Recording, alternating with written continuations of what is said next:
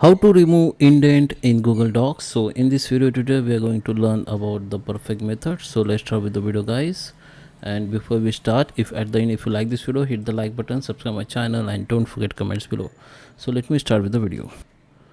Okay guys, so here we are. This is my Google Docs page, and you can see I have some paragraphs or text here, and you can see we have I have index first line in first paragraphs. You can see. So I can remove it. How you can remove it? Just select this paragraph like this, go to the formatting. Under the formatting you can see the lots of options, so we need to go in this option, align and indent. Just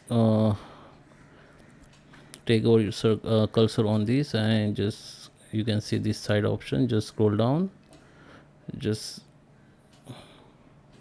come down and go to the indentation options, and here you can see the indentation option. So we need to make it 0.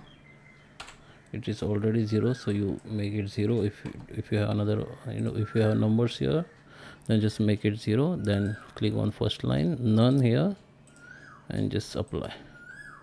Then you can see indentation has been removed. So I hope you like this video. Please subscribe me. Thank you for watching.